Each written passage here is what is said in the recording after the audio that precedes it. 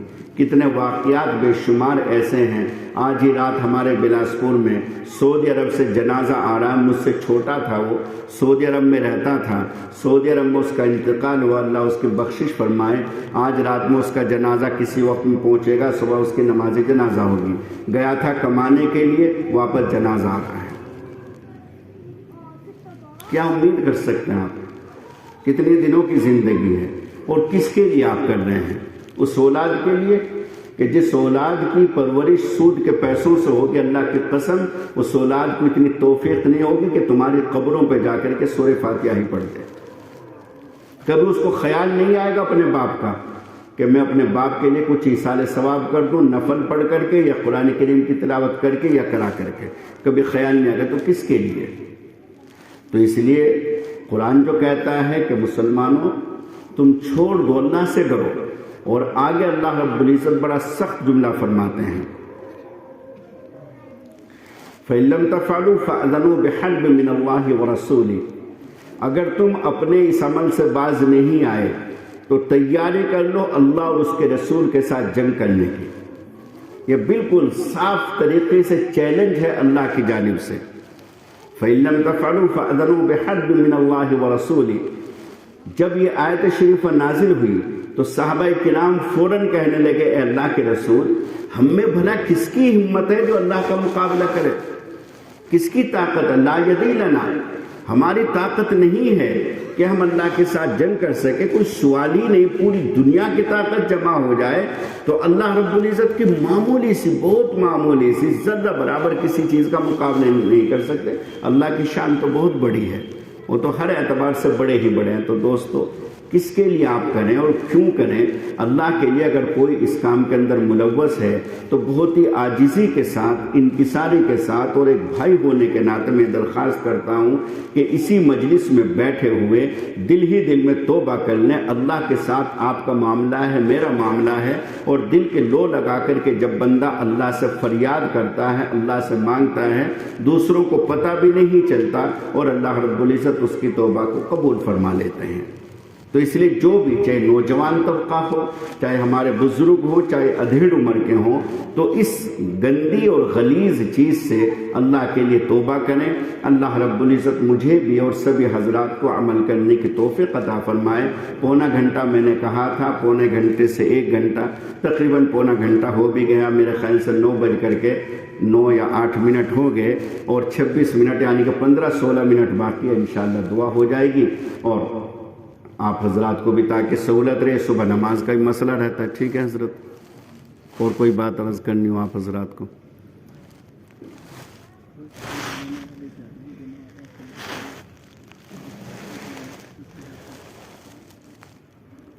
اب یہ بات آئی ہے مولانا کی جانب سے کہ سود لینے والے زیادہ ہیں۔ یہ اور زیادہ تعجب خیز بات ہے کہ سود لینے والے زیادہ ہیں اور دینے والے کم ہیں۔